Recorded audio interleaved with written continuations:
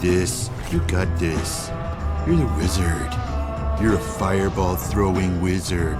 You're a hero, and you look great. You and this. Hello everyone, welcome to today's video of Wizard Concepts of Mathematics. So in this video we shall learn about some of the properties of arguments and the combination of arguments in various other concepts of complex numbers and its applications. Basically, where do we use the argument to find various things of complex numbers, like various other properties of complex numbers. How do we use argument to find all those? And also I'll be teaching only the concepts in this video. In the next video we shall take some examples of this video. Fine, like the concepts that I'm explaining in this video, I'll take the examples to illustrate that in the next video. So coming to this, so these are the properties of arguments, some of the properties of argument, general properties to be frank. So the very first argument is argument of z1 z2 is equal to argument of z1 plus argument of z2, where plus 2k pi, where k belong to integers. Fine. So this is one of the most important property that anyone should keep in mind while solving problems. So argument of z1 z2 is equal to argument of z1 plus z2 plus 2k pi. So in general I can even define this like in this way: argument of z1 z2 z3 so on till some zn is basically nothing but argument of z1 plus argument of z2 plus so on till argument of zn plus 2k pi, and the same condition once again, that is k belongs to I, that k belongs to integers. So this is one of the property. And second property is argument of z1 by z2 is equal to argument of z1 minus z2 plus 2k pi, and k belongs to integer. So k comes out from the conditions basically, or you can even say like any k you can just put there, because as we already saw in the very first part of the complex number session, that like the revolution around the circle, like 2 pi times gives you the same argument, whatever may be the case. So it gives the same argument when you when we do one revolution.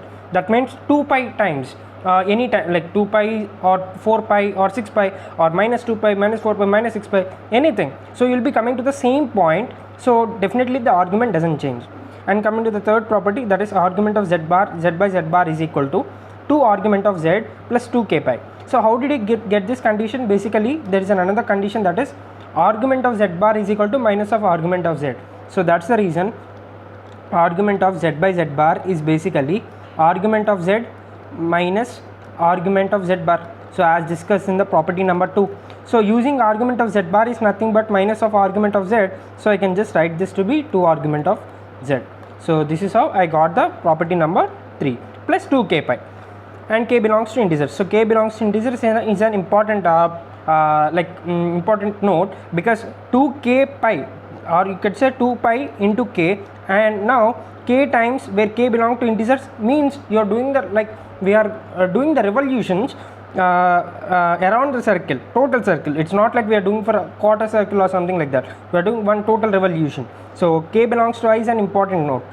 And coming to the fourth property, that is argument of z bar n is n into argument of z plus 2k pi, and k belongs to I. So k here in this case, k must be chosen in such a way that RHS lies in the minus pi to pi. So this is an important condition, like our k must be chosen in such a way so that the total argument, that is n into argument of z plus 2k pi, lies in this region, that is minus pi to pi. And fifth property is, if argument of z1 by z2 is x, then argument of z2 by z1, that is the reciprocal of it. So argument of z2 by z1 is 2n pi minus x. So it's of course, so if there is a like if this is what I would say z1 by z2, then this is, if this is x, then z2 by z1 would be this one. So this, like the angle which it makes with the positive x-axis. So with positive x-axis is the argument. So that means it means 2n pi minus x. So this is the answer for this. So these are some of the properties of the arguments. So coming to the next part, so this is the mixed properties of modulus and argument. So the properties are, the first one is mod of z1 plus z2 is equal to mod of z1 plus mod of z2. Fine. So if that's the case, like if mod of z1 plus z2 is equal to mod of z1 plus mod of z2, that means argument of z1 is equal to argument of z2. Only if this is the case, then we can write argument of z1 is equal to argument of z2. Like I will be proving all these things in the next slide. And second one is mod of z1 plus z2. If that's equal to mod of z1 minus mod of z2, that means that argument of z1 minus argument of z2 is equal to pi. Like the difference between the arguments of the complex number is equal to pi.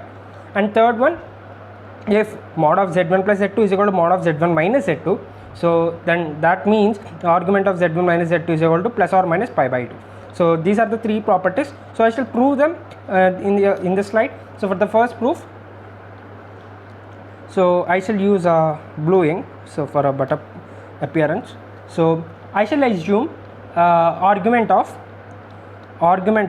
z1 to be alpha and argument of z2 to be beta. So I'll just assume this. Now because for the very first property, that is if mod of z1 plus z2 is equal to mod z1 plus mod z2. So if this is the case, then I'll just square on both sides. What do I get? Mod of z1 plus mod of z2 whole square. I get this to be mod of z1 plus mod of z2 whole square. Fine. And this is basically nothing but mod of z1 plus mod of z2 whole square is equal to mod of z1 square plus mod of z2 square plus 2 mod z1 z2, and this is what I'm going to get. And also I'll just expand this one. So this LHS, so what do I get? Mod of z1 square plus mod of z2 square plus 2 mod z1 mod z2. So fine, 2 mod of z1 z2 into cos. So now the difference between the angles, that is alpha minus beta. So this is what we get. Like this is a mod of z1 plus z2 whole square, and here we have this RHS and this is our LHS. So on simplification, we get this to be cos of alpha minus beta to be equal to 1. That means alpha minus beta should be equal to 0. So that is alpha is equal to beta. So that means what is alpha? Argument of z1. So argument of z1 is equal to argument of z2. So this is how we shall prove that if this is the case, that is if mod of z1 plus mod of z1 plus z2 is equal to mod z1 plus mod z2, that means that argument of z1 is equal to argument of z2. So for the second case, what's the second case? So second case is mod of z1 plus mod of z2 is equal to mod of z1 minus mod of z2. So again squaring on both sides, what do we get? Mod of z1 whole square plus mod of z2 whole square plus 2 mod of z1 mod of z2 into cos alpha minus beta, which is equal to mod of z1 square plus mod of z2 square minus 2 mod of z1 mod of z2. And now again simplifying, we get this to be cos of alpha minus beta is equal to minus 1. So when do we get minus 1? When alpha minus beta is equal to minus pi. So that means argument of z1, which is alpha, minus argument of z2, which is beta, is equal to minus this is plus pi. So this is pi and this is pi. So this is how we'll get the second conclusion, that is argument of z1 minus argument of z2 is equal to pi if mod of z1 plus z2 is equal to mod of z1 minus mod of z2. So I hope you guys are understanding this. So these are the very simple proofs. We don't need to think a lot about it. So we can just prove in just like that, and using the first and second conditions we can prove the third one. I'll just give that as a homework type or something like that, or just give it to you people to prove it, because you can just use the things because from the things that are actually we deal till now. So from that we can even conclude those things, that is mod of z1, the third property, that is this, that is if mod of z1 plus z2 is equal to mod of z1 minus z2, then that means argument of z1 minus argument of z2 is equal to plus or minus pi by 2. So this is you can just prove it very easily. So I'll just give it as an assignment for you people.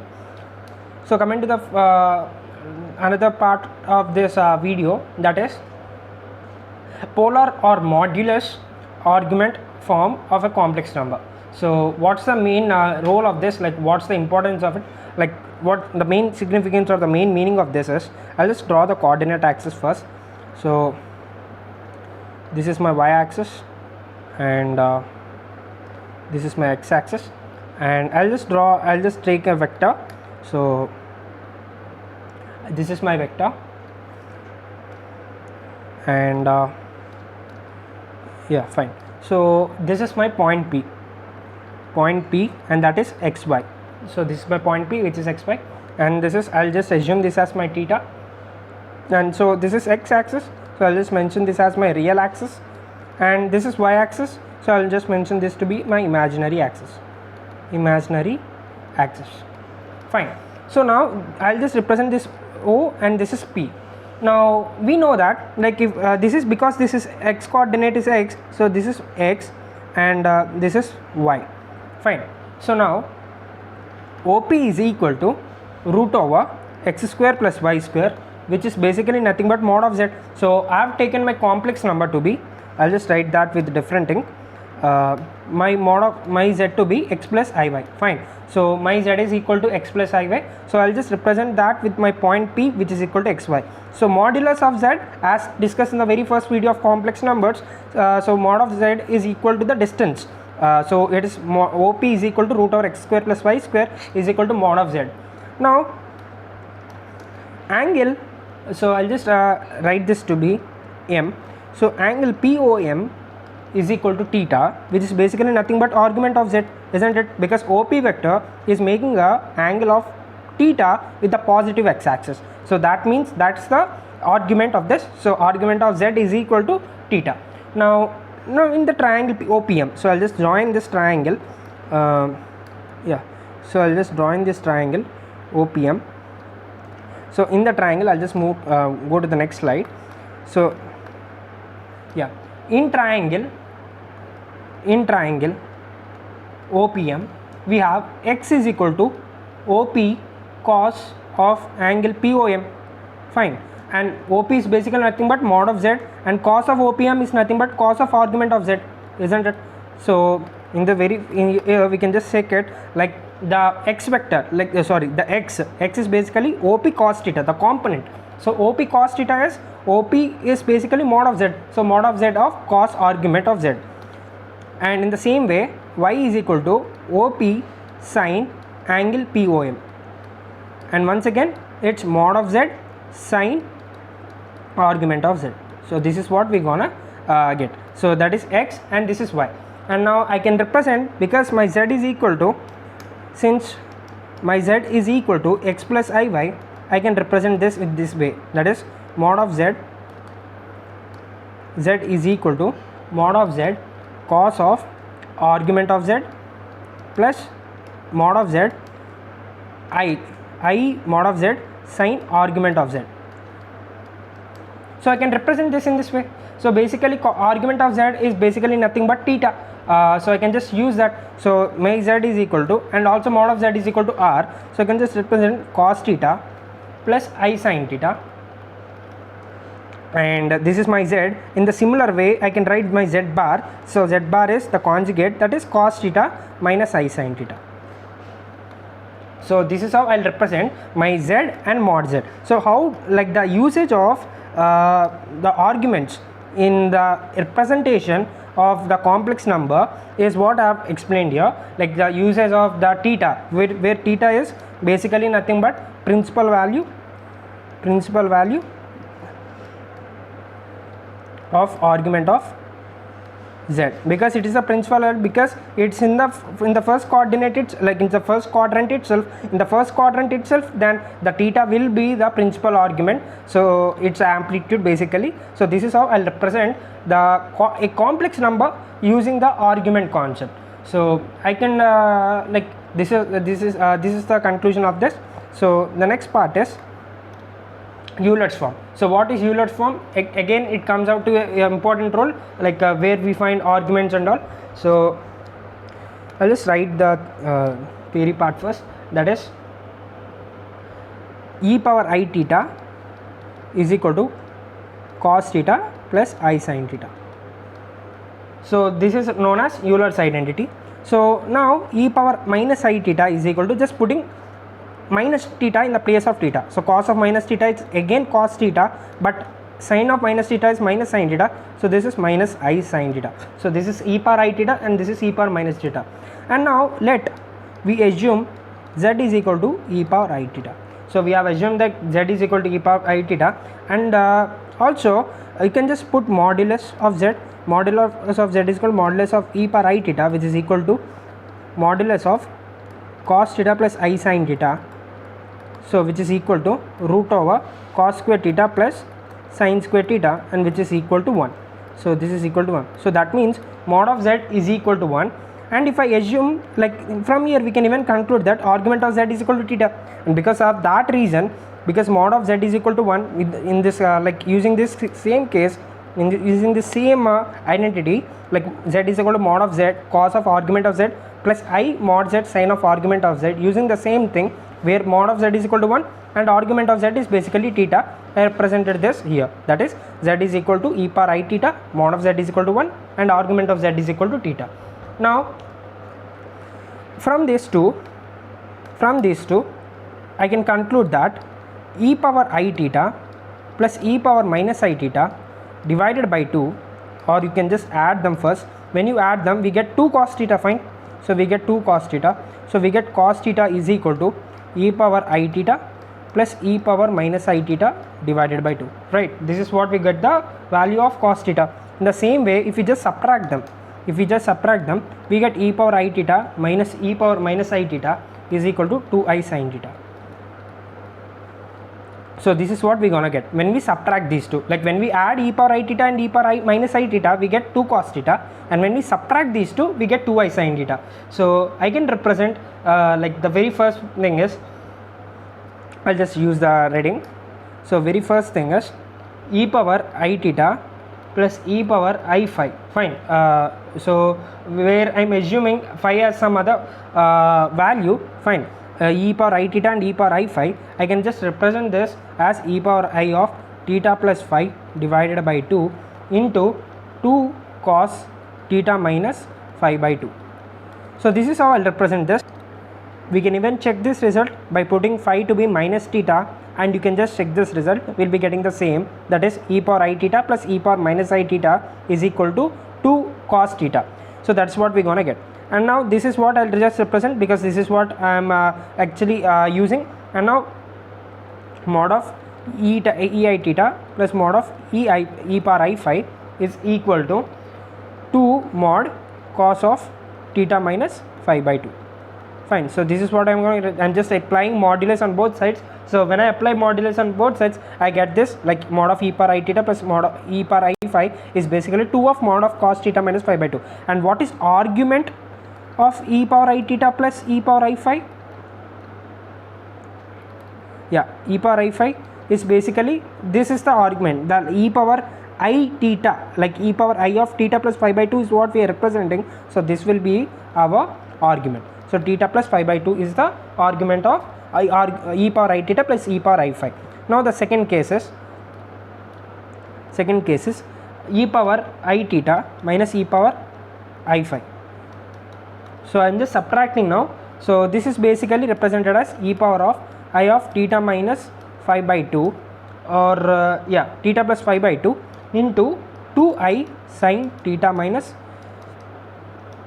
phi by 2. You can even derive it like using e power I theta as cos theta plus I sin theta, e power I phi as cos phi minus I sin phi, plus I sin phi, and you can just like subtract them and you will get the same result. You can even check this result. So now modulus of e power I theta plus minus e power I phi is equal to modulus of this, which is equal to 2 mod sin theta minus phi by 2. And what is the argument? Like argument of e power I theta minus e power I phi is equal to, this is what we are having here, and we have I here. So I is basically e power like I is equal to e power I pi by 2. Fine. I is equal to e power I pi by 2. So here we have e power I of theta plus phi by 2. So we can just add them, that is e power of I of theta plus phi plus pi whole divided by 2. So that means this is what we'll get our argument here, that is theta plus phi plus pi whole divided by 2. So this will be our argument of e power I theta minus e power I phi. And so this is how I'll just conclude this, that is like finding the various arguments of e power I theta minus e power I phi, like in the generalized case, and e power I theta plus e power I phi. So we can just use these results in anywhere if needed. So this result and also this result. So these are the 4 results that I have derived now, and from this I can even make some conclusions.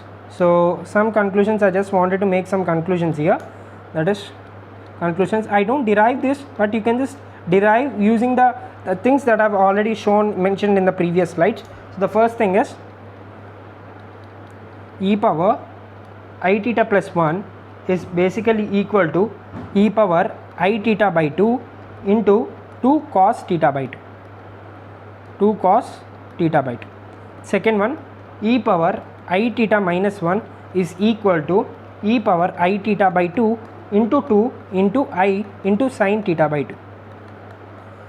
And third one, e power I theta minus 1 divided by e power I theta plus 1 is equal to I tan theta by 2. Fourth one, z is equal to r into e power minus I theta. Like if I just represent my z to be in this way, then mod of z is basically r. So that you need to remember, like in this representation the mod of z can be easily found in this way, like mod of z is equal to r, and argument of z is equal to theta, and you can even find the conjugate, that is mod z bar is equal to r of e power minus I theta. So this is how it represents, this is plus theta, sorry. So r into e power I theta is mod of z, in like if this is a representation of our z, so mod z is equal to r, argument of z is basically theta, and z bar, that is conjugate, is r into e power minus I theta. And the fifth one, that is if mod of z minus z2 is equal to 1, then z minus z0 is equal to e power I theta. So you can just verify the same thing, like you can just put the mod on both sides, you would get the same result. So I don't need to derive all these things, these are all the basic things. So I just want you people to get clarity on this.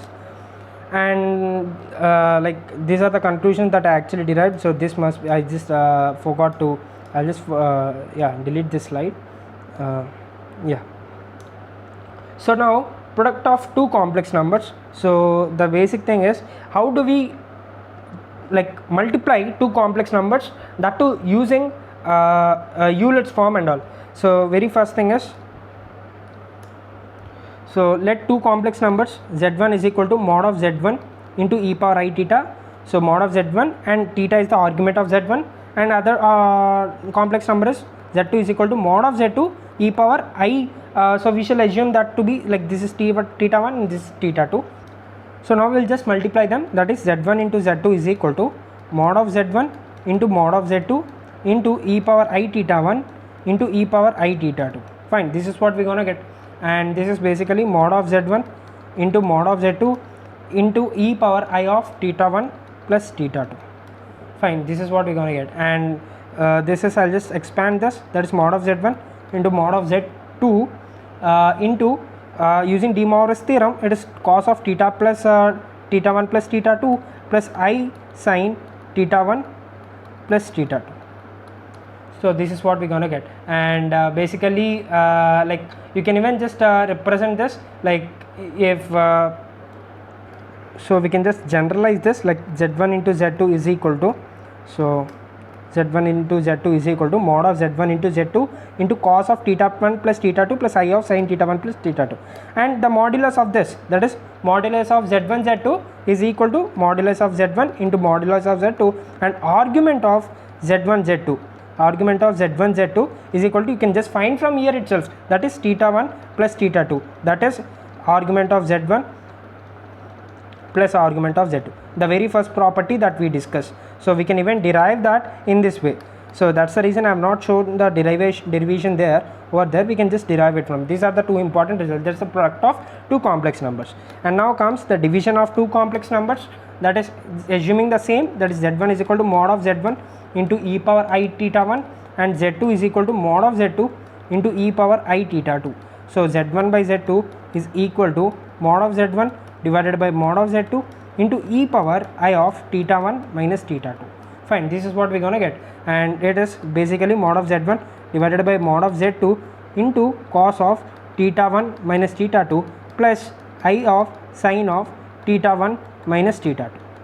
Fine, so this is the thing, and now this we can just generalize, that is z1 by z2, you can just represent that as mod of z1 by z mod of z2 into cos of theta 1 minus theta 2 plus I sine theta 1 minus theta 2, and mod of z1 by z2, mod of z1 by z2 is mod of z1 divided by mod of z2, and also argument of z1 by z2 is equal to theta 1 minus theta 2, and again it's basically argument of z1 minus argument of z2. Again, these are the two important results. Again, we have derived the second property of the very first slide.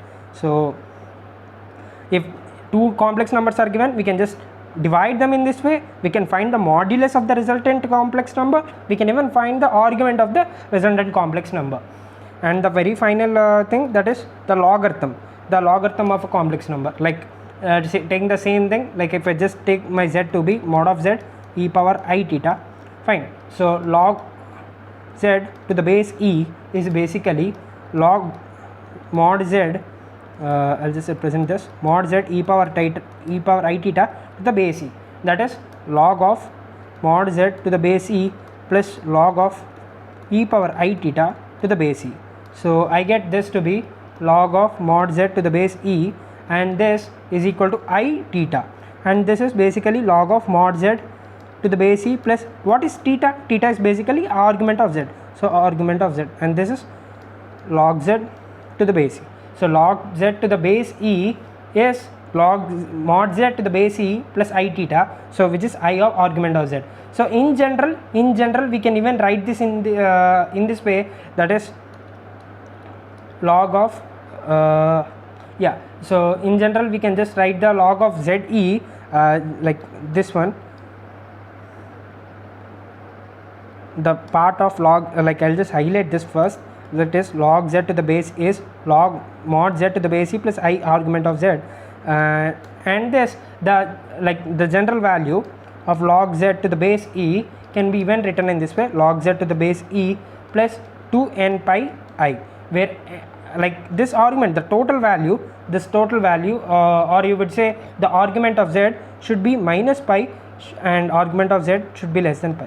So basically we just want to limit our argument to be the principal value. We don't need we find the argument that is the principal value, that's the amplitude, not the general value of argument. So we are confined to like find the value of principal value of the argument. So this is the value, like the general value of log z to the base is basically log z to the base e plus 2n pi I. Fine, so that our argument of z is between minus pi to pi. So this is most important conclusion. So like these are the various applications of Euler's form, like basically everywhere we are dealing the only same concept, that's the term we are using is argument. So the various uses of argument in everywhere is what I just explained. So I hope you guys understood this, and the main, like the problems or the illustrations for like to define this concept very much in a very good way and a neat way. I'll just take plenty of examples in the next video, maybe around 10 to 12 examples, and I'll make use of them to illustrate the concept that I've taught in this video. This video is just confined to the concepts of argument of z, the important, like argument of a complex number, importance of the argument, and all those things. That's it. So I hope you guys understood a lot in this today's video. So thank you for watching. Stay tuned.